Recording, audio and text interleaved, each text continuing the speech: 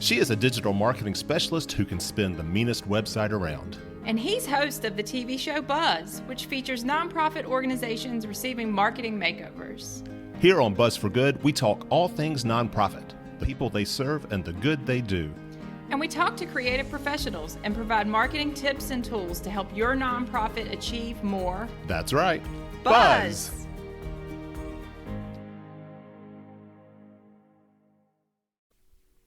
And greetings, everyone, and welcome to Buzz for Good, our radio and TV show simulcast that we present in partnership with our good friends at WFIR and Blue Ridge PBS. My name is Michael Hemphill. I am the creator and host of this show, along with the TV show Buzz that airs on PBS, featuring nonprofit organizations, the great work that they do in our communities, where we also provide them with some pro bono marketing tips and tools so they can attract more donors, volunteers, and clients to their cause. In short, where they can get more buzz so they can do more and do better. I am flying solo today without my good friend Carrie Cousins, the president of the American Advertising Federation of Roanoke, the queen bee of marketing herself, which means that we will be talking a lot about nonprofits today and less about the marketing of them. On today's show, I've got some great conversations that I have conducted this week with good friends across the Roanoke Valley in the nonprofit world. First will be Ian Fortier, Executive Director of the Grandin Theater, which is celebrating its 90th birthday here in 2022. We were visitors, patrons of the Grandin earlier this week when we presented our newest episode of Buzz on PBS, featuring Virginia Children's Theater and Tudor House. That episode is now available on our YouTube channel at Buzz for Good. Speaking of social media channels, you can stay connected with us throughout the week on our Facebook, Instagram, YouTube, LinkedIn accounts at Buzz for Good. That's BUZZ, number 4, good. Our website is buzzforgood.com. So you can reach out to me there as well if you have a nonprofit that you want us to feature on the show or a marketing need that we can help you with. In addition to our conversation with Ian Fortier at the Grandin Theater, I am also going to introduce you, just like I was introduced this week, to a new nonprofit. It's been around for several years, but it was new to me, called The Least of These Ministry. They are another nonprofit that is serving our area's homeless population, and just a great experience meeting them and their executive director, Dawn Sandoval. So we'll have that conversation coming up. I'm also going to check in with my good friend, Shalene Powell, executive director of the Roanoke Cultural Endowment. We've been working with the Roanoke Cultural Endowment this year on some episodes of Buzz, our TV show, that revolve around Roanoke's arts and cultural scene. So we're going to talk with Shalene about the work we've done so far, but more especially the work that we're doing in partnership with Carilion Clinic, featuring the healing arts that nonprofits do in our community. And lastly, I'm going to have a conversation with Allison Jorgensen with the Council on Community Services as the council prepares to present its first ever Give Roanoke Day coming up this Wednesday, April 20th. So go ahead and take a look at giveroanoke.org, and we'll have that conversation later. But before we continue with those conversations, I want to take a moment to honor, to remember, and to perhaps even have a moment of silence as we reflect on the tragedy that took place 15 years ago today on the campus of Virginia Tech, our region's biggest nonprofit in some respects, when a gunman opened fire and killed 32 students, faculty, and staff. I know I remember exactly where I was when I suddenly realized the enormity of that tragedy back in 2007. I'm sure each of us who live in the area can remember, where they were, what they were doing when the enormity of the event finally descended on us all. I was on campus earlier this week on the drill field and took a moment to walk beside each of those 32 stones that bear the names of those victims, and those names still resonate with me, and couldn't help but have some tears come to my eyes looking at those names and the sadness that each of those families obviously continues to feel, and the Virginia Tech campus at large continues to feel. But I'm also inspired by the work that Tech has done, turning that tragedy, that darkness, into something of light and hope, and really embracing the motto "Ut Prosim," that I may serve, and using that tragedy as a catalyst for even deeper connections and a deeper sense of service throughout our region. I know that the organizations that I've worked with over the years have really benefited from Virginia Tech students coming from off campus and out into the community and helping serve and improving the quality of life throughout our region. So with all that being said, I would like just to take a moment of silence as we remember again the awfulness, but also the hope and that has come from that event 15 years ago today.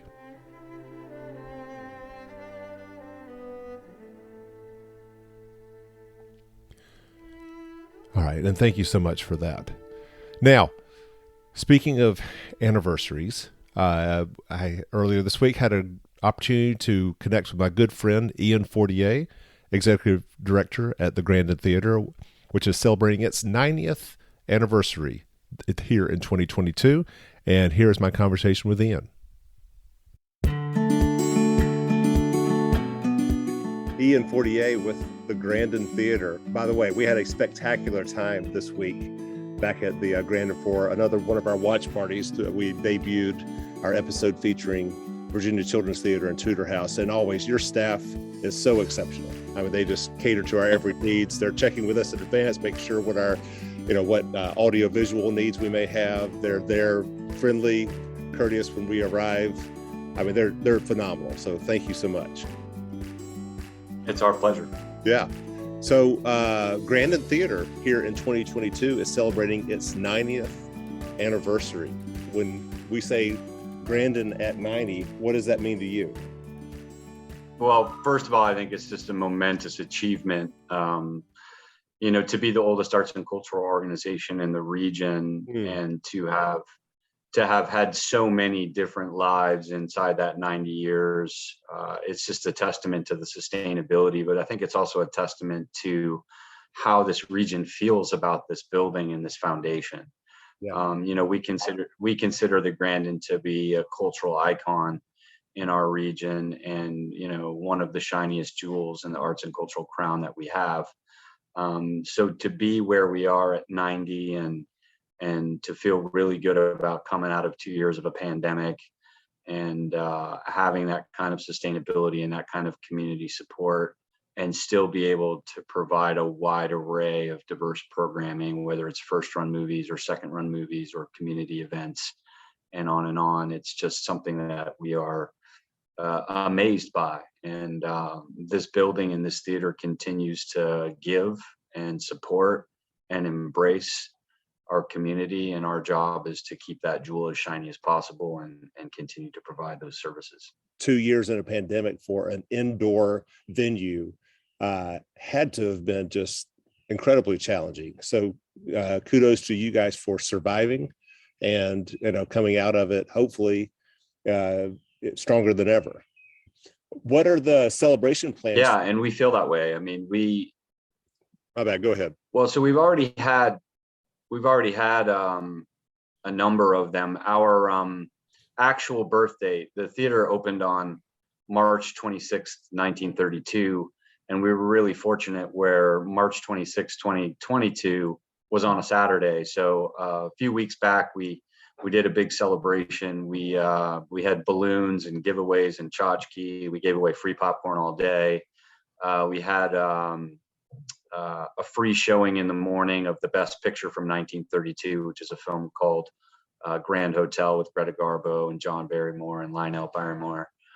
And then we'll continue the celebration on Wednesday, May 18th, when WDBJ7 will do a live 7 at 4 from the main theater here at the Grandin to continue that. Yeah. And then we've been coupling a campaign throughout the year that's focusing on upgrades to our Hallmark Theater, which is the main theater that seats 300.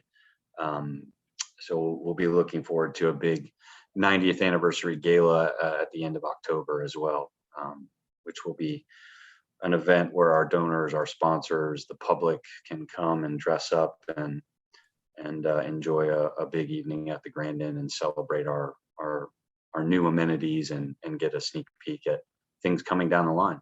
Excellent. Well, speaking of the new amenities, we had to have a little pause there in our conversation because there's construction work happening on the other side of your wall. So tell us about what all is happening right now, renovation wise at the Grandin, and what that's going to look like for people who may want to come see you guys this summer. So we have two major projects that are happening this year that are public facing. The first one ties in with the Heart of the Maine campaign, which is something we started actually quietly in 2020 pre-COVID, and then re-engaged in 2021 when we had felt like we had cleared some of the obstacles of the pandemic and that we had a better understanding of what our strengths and sustainability would look like going forward.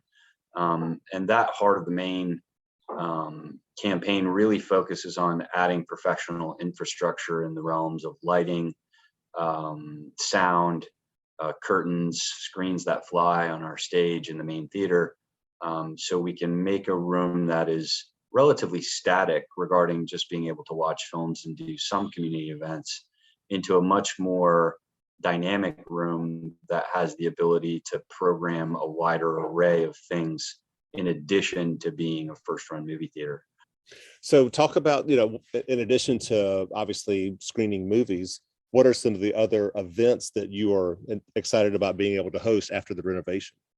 So in addition to film projection and movies, we're looking at having the capability of a greater robust presentation of educational matinees. Getting kids in the building in droves is something that we want to do. We want to make sure that children in our city and in the counties and the region grow up in this building. We want them to know that it's for them, and we want them to grow up having fond memories of coming to the Grandin with themselves and their families. We'll have the opportunity to do business seminars, nonprofit community events, spoken word, slam, comedy, small theatrics, live music, storytelling, all sorts of different aspects that can utilize that stage and the versatility that that stage will have with lighting infrastructure and sound infrastructure and the ability to fly the screen and utilize a grand drape and really be able to do lots of different things that appeal to a wider swath of demographics. It'd be great to have small ballets with Roanoke Ballet Theater or Southwest Virginia Ballet. It would be great to consider small operetics with Opera Roanoke or Virginia Children's Theater or PB&J Theater or the RSO was here last week for 2 shows where they had small ensembles on stage to utilize the room, and anything really is the sky's the limit. We'll know what our limitations are and we'll know what we can and can't do. But in a year's time, we'll be able to do a much wider array of programming than we currently do. How exciting! Well, yeah, it's tremendous. Actually, it's that place between vision and reality, and we're kind of there. And getting across the finish line with this campaign to finalize that timeline. So we're hoping by the end of August and September that we'll have the main theater done. And then the other major renovation that we're currently in the process of is we're working on doing some of the amenities on the second floor as well as the first floor that are public facing. Our upstairs men's room and our upstairs ladies room and powder room are in dire need of aesthetic and functionality upgrades. And then we're talking about new carpets upstairs and down on the stairs, new furniture in the gallery, new track lighting for our art gallery. So we'll be able to revive our artist in residence program as well, where prior to COVID, we had one artist a month that would come in and utilize the gallery upstairs for for presenting artwork, whether it was paintings or photography, and just another way to get people into the building. So love it.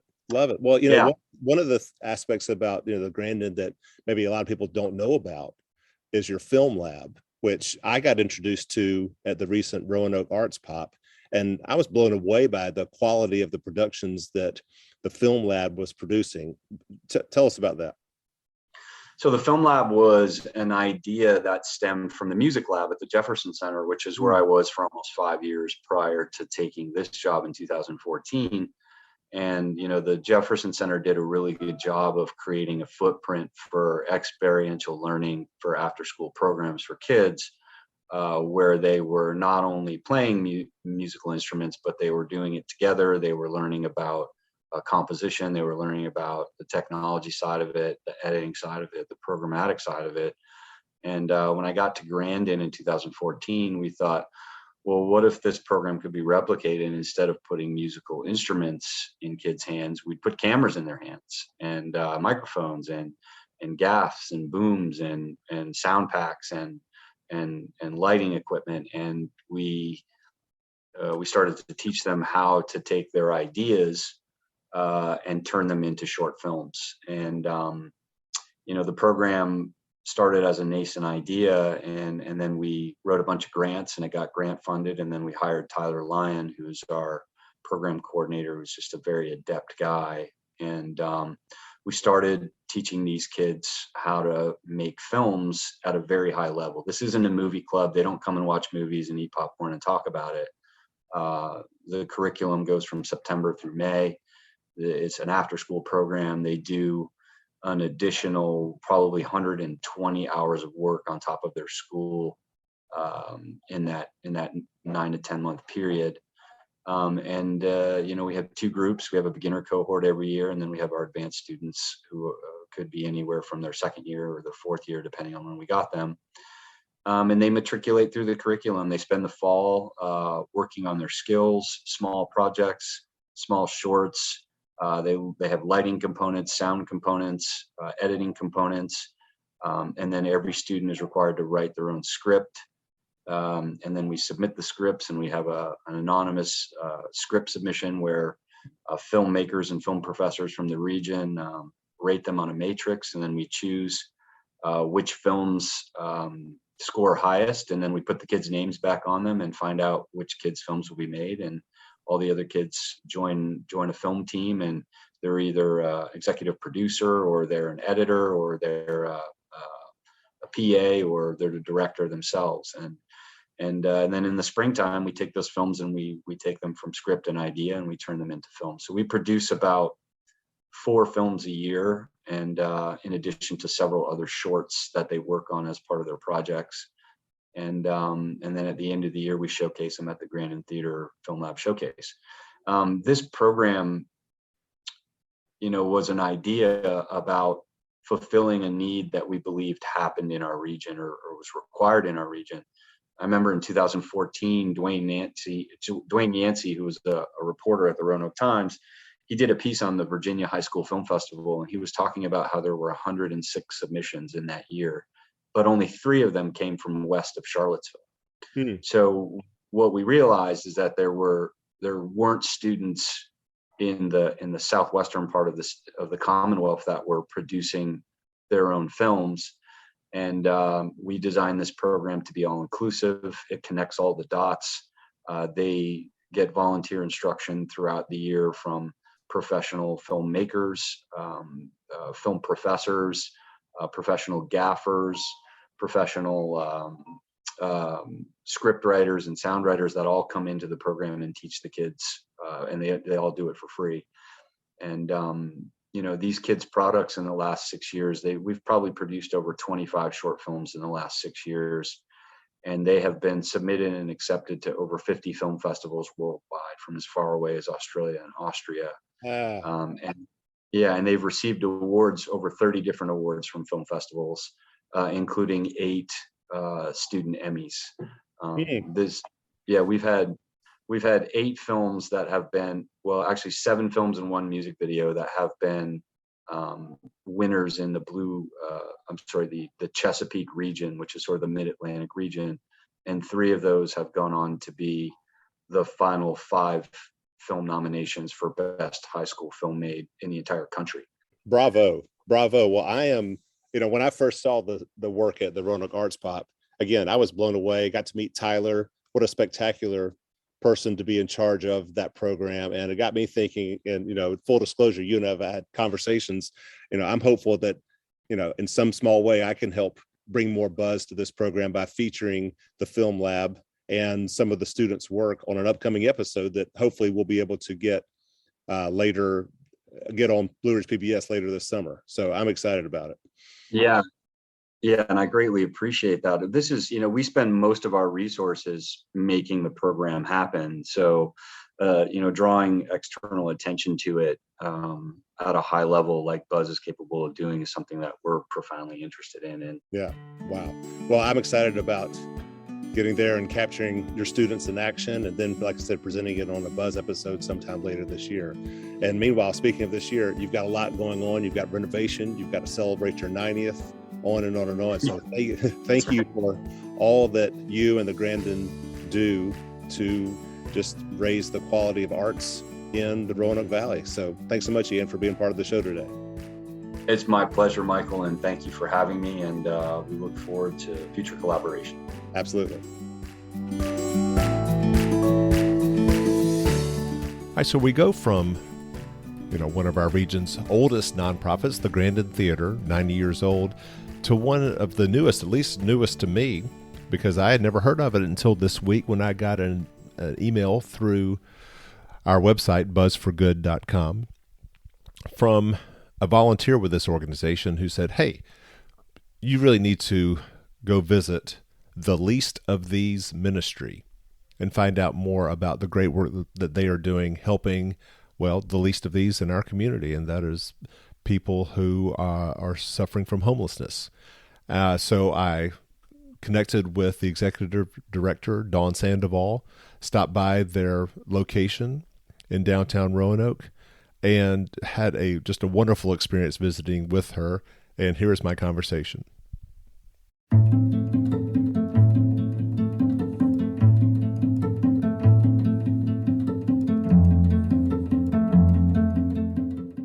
My name is Dawn Sandoval, and I'm the founder of the Least of These Ministry, which is an organization that serves people that are battling homelessness. How did the organization come about? What was your inspiration for it? In 2011, we were living in Salem, Virginia, and I just felt called to do inner city ministry. There's really not an inner city in Salem. So my husband and I packed up from Salem and moved over to Gilmer Avenue, and I would walk to work every day. And I just began engaging with the homeless people that were on the streets and learning their stories. I would bring my dogs out, and they just loved having the opportunity to, pet your animals and talk. And so I started recognizing these needs, and I just started basically begging my friends. I'm like, bring me your old coats, bring me your old gloves, your old hats. And so that's how it got started. And so that was 2011. And this is our 11th year of ministry, and how things have changed. Right. I mean, I'll be honest with you, I didn't know about the organization until one of your, volunteers reached out and said, hey, you really need to check these folks out. Mm-hmm. So describe where we are right now, what the address and the facility. Okay. So right now, we're at our ministry building, which is located at 422 Luck Avenue in Southwest Roanoke. And this building is a supply pantry of sorts that offers showers, laundry, and lunch to people that are unsheltered. So 3 days a week we open our doors and we provide lunch, and our people that are sleeping outside can come and shower, do laundry, get supplies like underwear, hygiene products, tents, blankets, things of that nature to make sure that they survive the different elements of right. weather. I saw sleeping bags in there, all sorts of supplies that you have available. It's amazing. Yes. And then we have our ministry truck that is also housed here so that it can be stopped to go out on the streets 3 or 4 days a week and serve at the street level.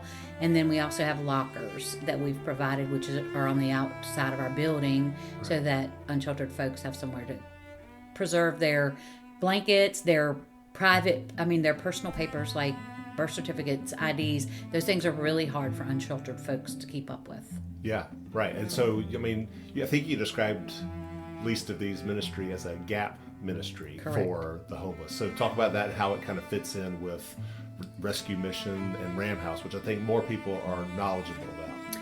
Well, there are a lot of gaps in our homelessness services. And so what basically started the shower laundry portion of this building was when the pandemic began. We were being told to wash our hands 20 times a day, and then our unsheltered friends had nowhere to even use the bathroom, to take a shower, to do any of that. And so as this pandemic has continued to plague us 3 years later, 2 years later, we realized that we needed to put something that was more permanent in place. So that was what started this model, was to provide showers and laundry for people.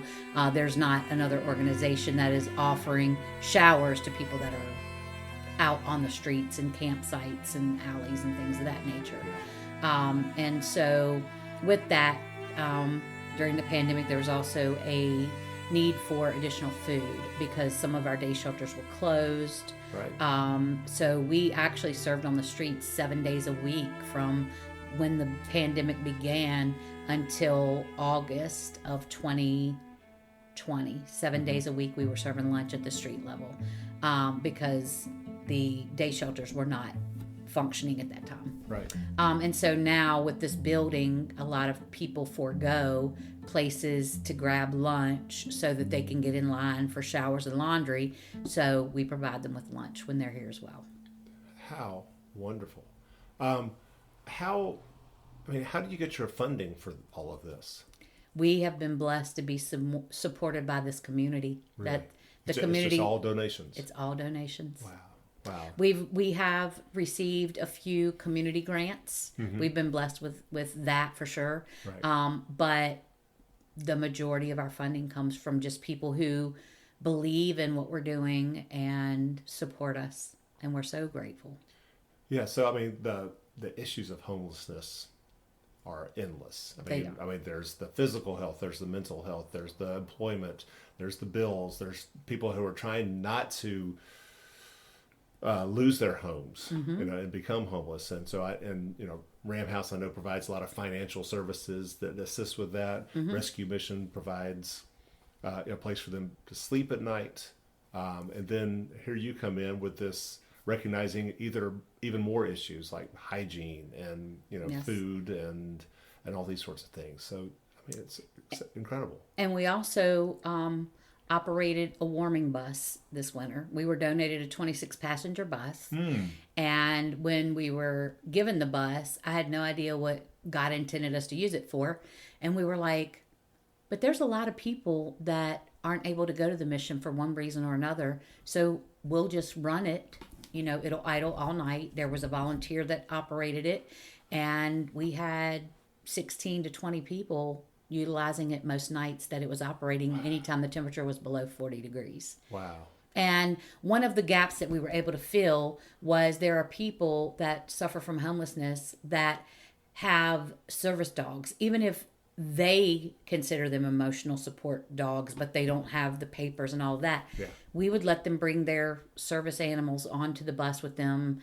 And that's something that not many places allow for them to keep their animals with them. But it's so important to them because they have no control over their life. Everywhere they eat, everywhere they sleep, everywhere they bathe, it's all dictated by availability.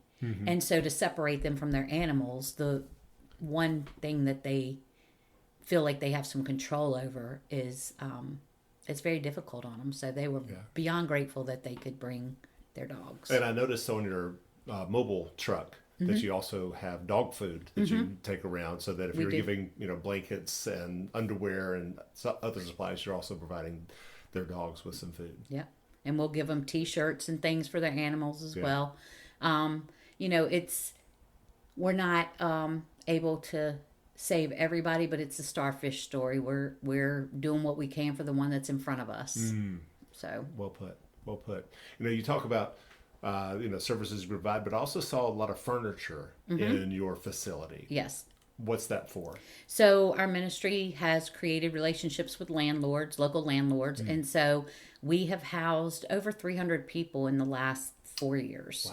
Wow. We master lease the apartments. We stay engaged with the people that are put there. They're not compartmentalized like, okay, now you're in a place to live. We won't see you again.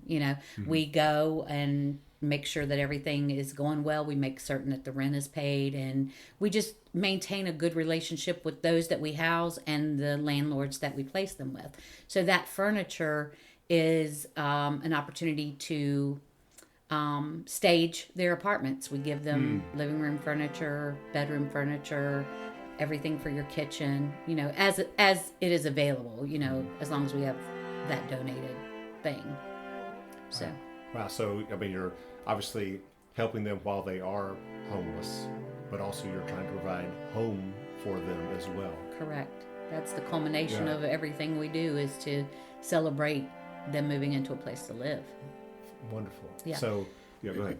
And then one of the things that we also do is reunite people with their family members that are not in Roanoke. So we come across a lot of homeless individuals that are released from prison, that are given a bus ticket to Roanoke, that are made aware that they feel like Roanoke has homeless services, so they come here. Right. So when we identify these people that are not from Roanoke, but they have a support system somewhere else, we verify that they would be out of homelessness if we sent them wherever their family is or their friends, and we will buy them Greyhound bus tickets to reunite with their families. So, I hear buying Greyhound bus tickets. I hear paying rent. I hear all these supplies that you have. You have a building that you're paying a lease on. correct. This all costs money. Yes. And you mentioned that you've been really blessed with getting donations, but you also have an event coming up in May. We do. That perhaps you're hopeful will raise a lot of money. Yes. We hold the Hustle for the Homeless 5K. This is the 5th year that we've done it. And it is a 5K that people can run. We chip time it so you can be eligible for awards, but we also encourage families to come out, friends, co-workers. You can run it, but you can limp it, crawl it, skip it, whatever means to get through it. But it's just a great time, and it is the only fundraiser that our ministry holds each year. So it's so vital to the continued development of our ministry. And what's the date? May 21st at 8 a.m. Okay. And they can go to runsignup.com and look for the Hustle for the Homeless and register there. Okay, May 21st at 8 a.m. And where is it? It starts at 321 Marshall Avenue in the parking lot of First Baptist Church. Okay.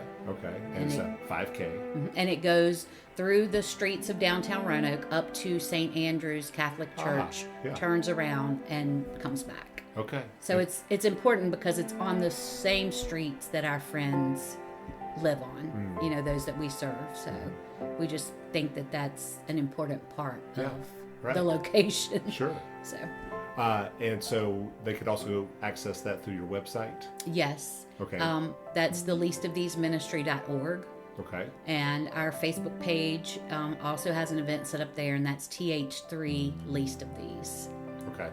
How much does it cost to run in the race? Early bird special through, I believe, the 19th is $20. After that, it goes up to $25, and then you can even register the day of the race on May 21st, and I believe that's $30. You said 19th of May. Yeah, 19th of April. 19th of April is the early bird. And that's $20. And then after the 19th, it goes up to $25. After the 19th of April, it goes up to $25. Okay. And then May 21st, you can register the morning of, and that one's $30. Okay, wonderful. And once again, it's the leastofthese.org or just least the least of these ministry.org. Okay. And then the Facebook is TH3 Least of These. Okay. Well, thank you so much for the work that you were doing to care for, the least of these in our community. We really appreciate it. Thank you so much for taking your time to come and talk to us. Absolutely.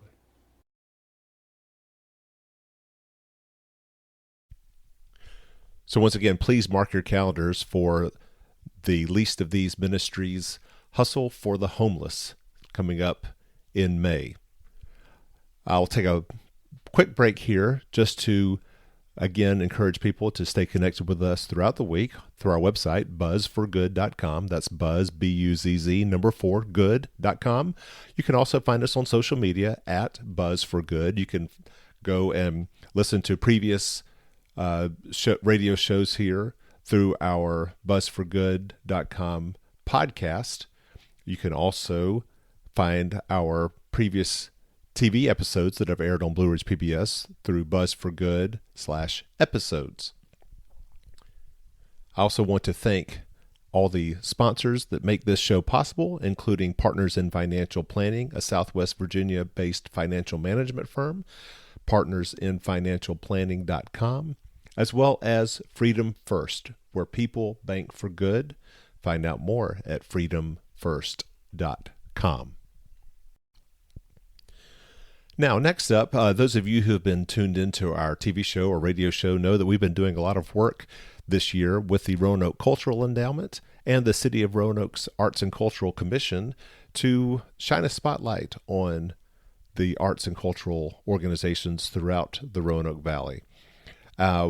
One of the projects that we're just now getting started on is another episode that revolves around the healing arts and how the arts can impact an individual's not only emotional health and mental health, but also physical health. And so to explain more about that, I wanted to take a moment to chat with Shalene Powell, Executive Director of the Roanoke Cultural Endowment this week. And here's my conversation with her.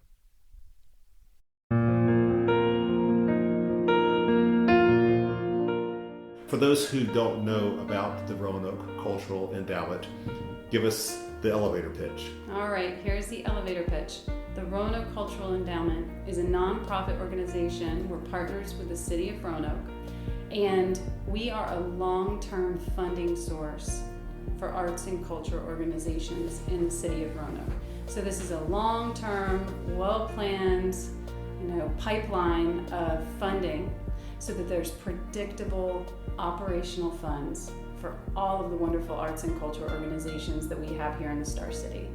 Love it. Yeah, I mean, so for those who may not know how these arts and cultural organizations get funded, and we're talking about anywhere from Southwest Virginia Ballet, Roanoke Symphony, Virginia Children's Theater to Mill Mountain Zoo.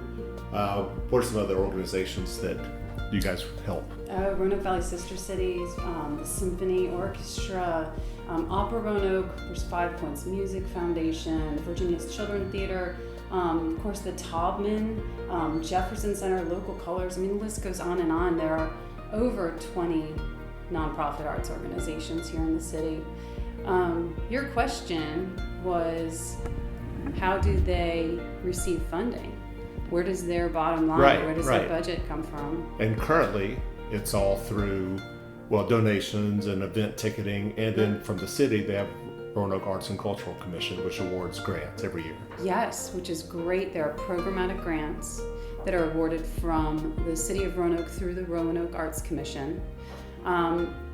In addition to that, there are grants both regionally, nationally that arts organizations apply for. That's in time intensive as well.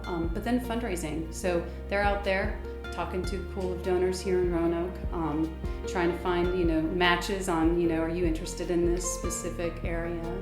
But then there's also ticket sales, memberships. Right. But the goal of the endowment is to help provide a more sustainable funding source for all these organizations long term. So yes. Talk about the long-term vision of the endowment. Okay.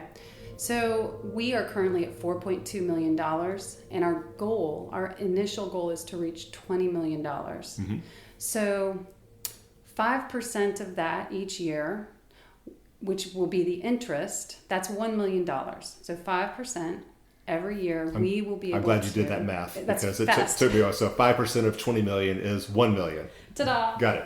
Okay. So the endowment will have $1 million each year, once we're up in funding, to allocate, to award to the nonprofit or arts and culture organizations in the city. But the beauty here is that it will be predictable. Yeah.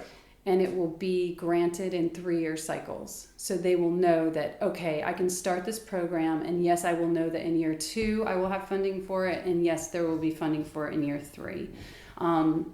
And the grants that we're going to award are operational grants, which is the hardest money to come by. Yes, because people enjoy giving to a program or to a special project, a capital improvement, but just paying salaries and benefits, which are just as vital, if not more so, sometimes aren't as sexy. No, not glamorous at all, but so important. I mean, you're talking about the people that are passionate in running and steering that ship. So, for a city the size of Roanoke, we have an amazing concentration of cultural and arts organizations. Yeah, right. I mean, we're lucky. We can go out on any given day of the week, but the weekend, I would say, definitely, and not be able to do everything.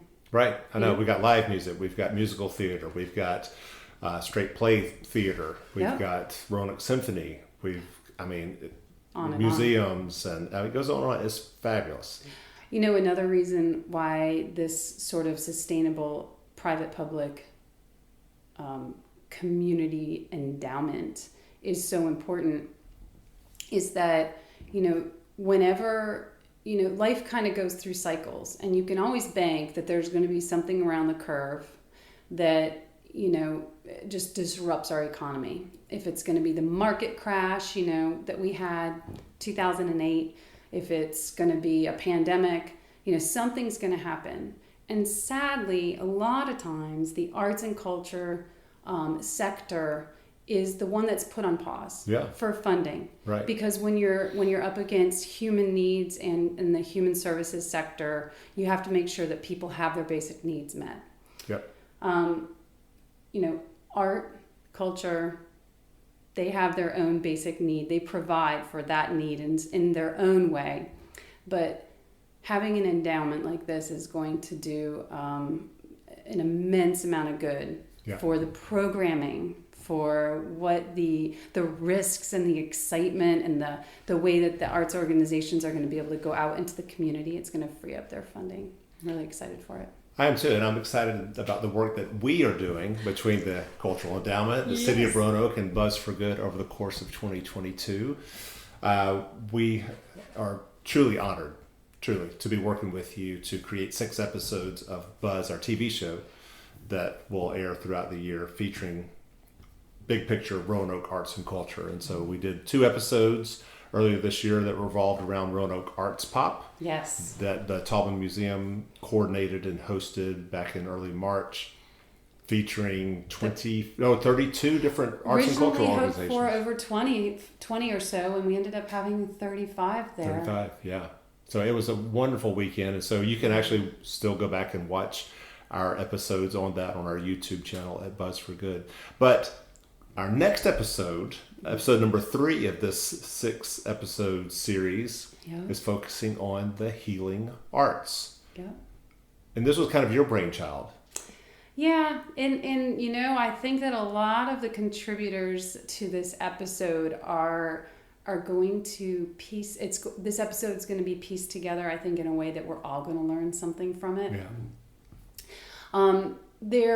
There's so much research out there that shows how the good that the arts do for our bodies, our mind, through healing. And this is going to be a partnership that we also have Carilion Clinic involved in. Yep. A huge powerhouse here in the Roanoke Valley. And they have a healing arts program there. So we're going to highlight all the good work that Carilion does in our community through the arts. They're artists in residence. What else is there? Yeah, well, the artists in residence was something I was unaware of. But they've got Pedro Zelay with Southwest Virginia Ballet. They've got Brian Hancock with Soul Sessions Roanoke. All these artists coming in to a patient's clinical setting and offering their artistic services to help patients through various physical and mental health challenges that they have. And they've got actual clinical evidence to back up and support the work that they're doing. Yeah. And so we're just now starting to learn about this for our episode, but it's really been exciting to see what we're going to be able to cover for that. And they also, all this kind of originated with a gentleman named Dr. Robert L.A. Keeley. Just as important in his life, he was a wonderfully accomplished musician. And so really, he, upon his passing, the Carilion Clinic worked with his family to establish this healing arts program. I'm excited about, anytime we work on these episodes together, I always learn something new. Yeah, it's inevitable because we're digging a little deeper and hitting different crossroads. And I'm excited to hear about Dr. Keeley's legacy. Yeah. And also from hopefully some members of his family.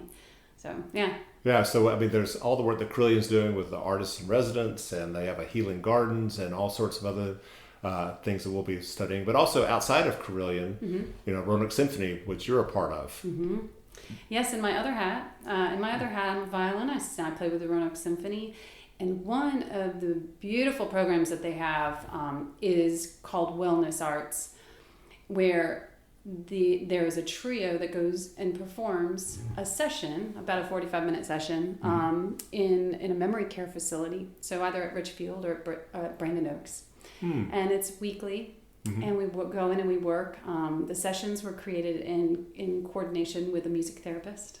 And it's just, you're really connecting. Music really connects to that long-term memory component in your brain. And people light up. They start clapping. They might sing along if it's a traditional song or maybe a hymn or some patriotic tune that they knew, still know. And they're able to connect that again. So, that's very rewarding to actually see play out here in our very own community. Yeah, I think we often hear almost like even as a stereotype or a cliche, the person with memory care issues or Alzheimer's, they can't remember what happened yesterday, but they can remember a song or some song from their childhood resonates with them. Do you actually see that in your work? Through Roanoke Symphony? Oh, absolutely. Really? Yeah. Really? When we go in, there will be, and I can think of even two individuals that I know when we get to play the next piece we're about to play, I was like, this person is going to start singing along. They're going to smile.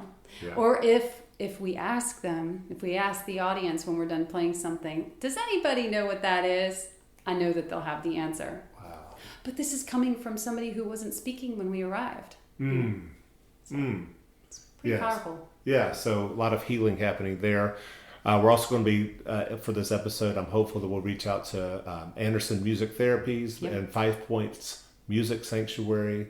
They're doing a lot of work there with children who are autistic or with other hearing loss and other developmental issues, and just exploring how music can really help them overcome or manage their illnesses. And advocating for that. Yeah. And providing resources for families in the area that also struggle with those kind of setbacks, to allow everyone to live their normal life. Yeah. I think one of my goals with this episode is, a lot of these services seem to be provided to people in a clinical setting. You've got to go into the hospital, or you've got to be seen by a physician in order to benefit from some of these. And what I'm hopeful is that we'll be able to spread the word throughout the community of all these resources that are here in the Roanoke Valley that people can access even from their homes. Accessibility. Yeah. It's like someone maybe who doesn't feel comfortable or doesn't feel the need to actually go into a clinical setting could still benefit from, say, Pedro's alive from the ballet, and what the work he's doing with patients, or with Brian Hancock or some of the others. So got to figure that piece out. So stay tuned, but I'm hopeful we can make that happen as well. I'm so excited. Yeah. What else is on your mind when it comes to the cultural endowment over the course of the coming weeks and months? Let's see, beyond this 6-part series that we're working on with Buzz, and to highlight the different intersections the arts play in our community. We're out there fundraising, just like a lot of other nonprofits. But that's what makes the world go round. And so again, if you are interested in learning more about the Roanoke Cultural Endowment, I assume you have a website. We do. Roanoke Cultural Endowment.org. Wonderful, wonderful. Well, Shalene, as always, thank you so much, and we'll catch up again with you in a few weeks. Fantastic. Thanks, Michael. And last but not least for today's show, I hope that all of you have marked on your calendars this coming Wednesday, April the 20th, the first ever Give Roanoke Day that is involving more than 100 nonprofit organizations serving the Roanoke Valley. Give Roanoke is being coordinated by the Council of Community Services and coordinated specifically by Allison Jorgensen with the Council of Community Services. And so I wanted to check in with her to talk more about this big event, what all she's been doing here of late to prepare for it, and hopefully inspire you to want to support the day when it comes about on Wednesday. So here's my conversation with Allison. Council of Community Services has been around for years and years and years. Kind of, for those who may not know about Council of Community Services, give us the highlights of what you guys have accomplished over your history. Sure. So the Council of Community Services is an organization. We've been around over 60 years in the Roanoke community. We currently operate 4 issue areas and programs in those that include housing and homelessness, health around HIV, HCV, and harm reduction, information and referral, which includes our 211 Virginia program, covers the entire state of Virginia, and community engagement, especially with nonprofits. Fabulous. And how did your work with the Give Roanoke project come about? Sure. So late in 2021, the Community Foundation serving Western Virginia sent a notice to nonprofits in the community, letting us know that they were no longer going to be offering a giving day or hosting a giving day in the Roanoke area. And having been an organization that participated in that giving day, we were pretty sad to see that. But kind of moved on. And several organizations that we work with and partner with actually approached us and asked if the Council of Community Services would consider hosting such a Give Day throughout Roanoke Valley. And after some conversations with the Community Foundation and our board of directors, we decided we'd give it a try and see how it goes this year. Excellent. Well, so how has it gone so far? We think it's gone extremely well. As of today, we have 103 organizations registered that are ready to receive donations on Give Day, which is April 20th. So we're just super excited to be able to offer this opportunity to organizations in the Roanoke Valley to try to bring them some recognition and get them some of those really important unrestricted dollars. Excellent. Now, when the Community Foundation coordinated it, it was known as Roanoke Valley Gives Day and held in March of every year. And they did it for, I think, 6 years. And they had some incentive prizes. And I think the final year that they did it, it raised, was it close to $1 million over the course of that 24 hours? It was over $1 million.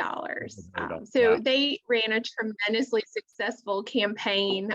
They did an amazing job raising that money and offering the Give Day through the Roanoke community. We, of course, this is a totally new initiative.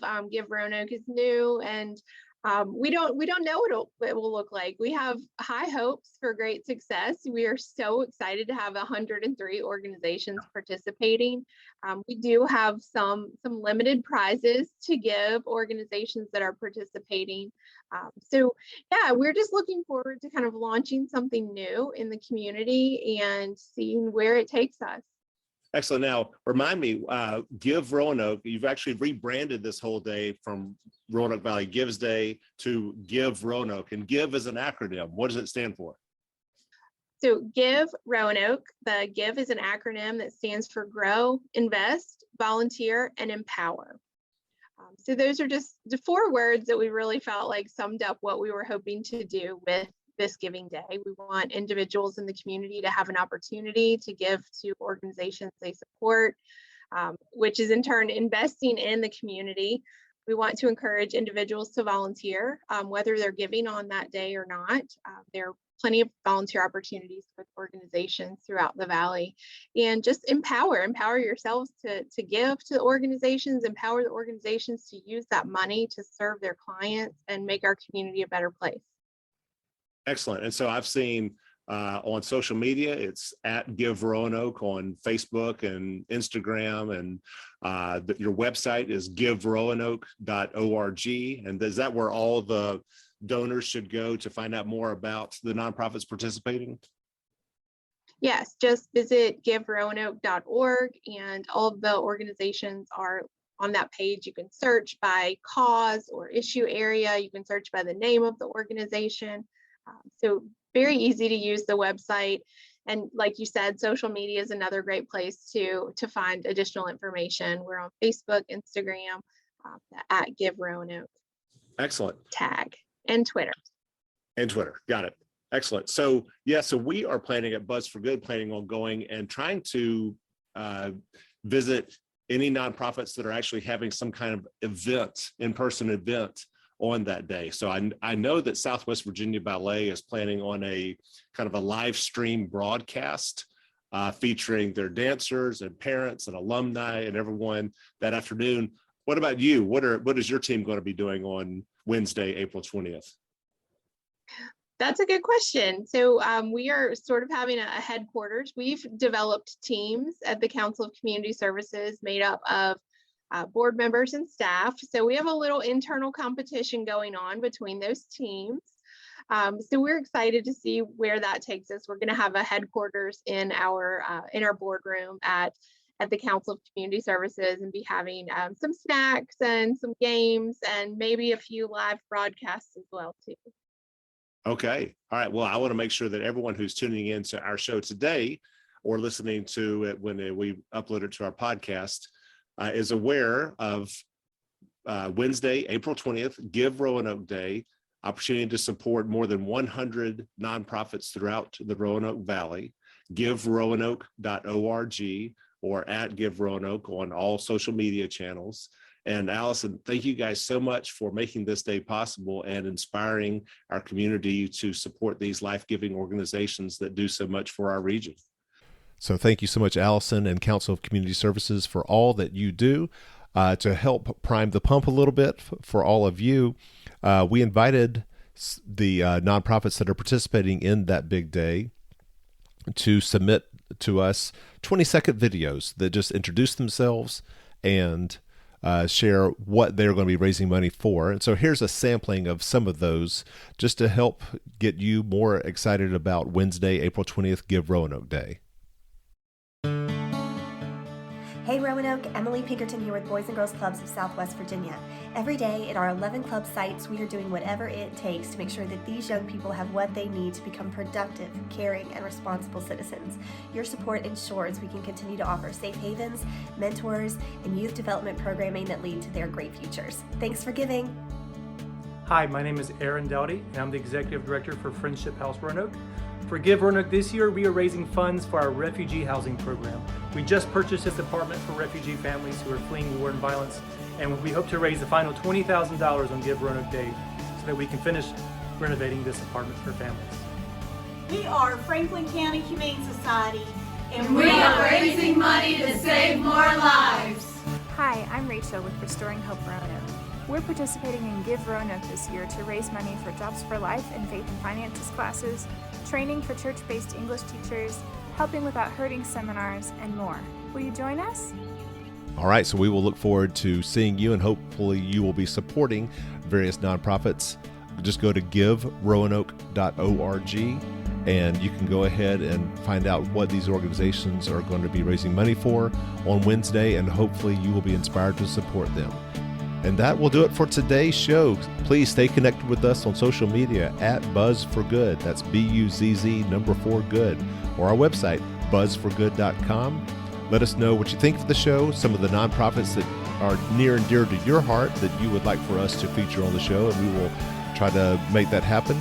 on future episodes. And until then, hope you have a great week, everybody, and continue to be a buzz for good in your community. Thank you.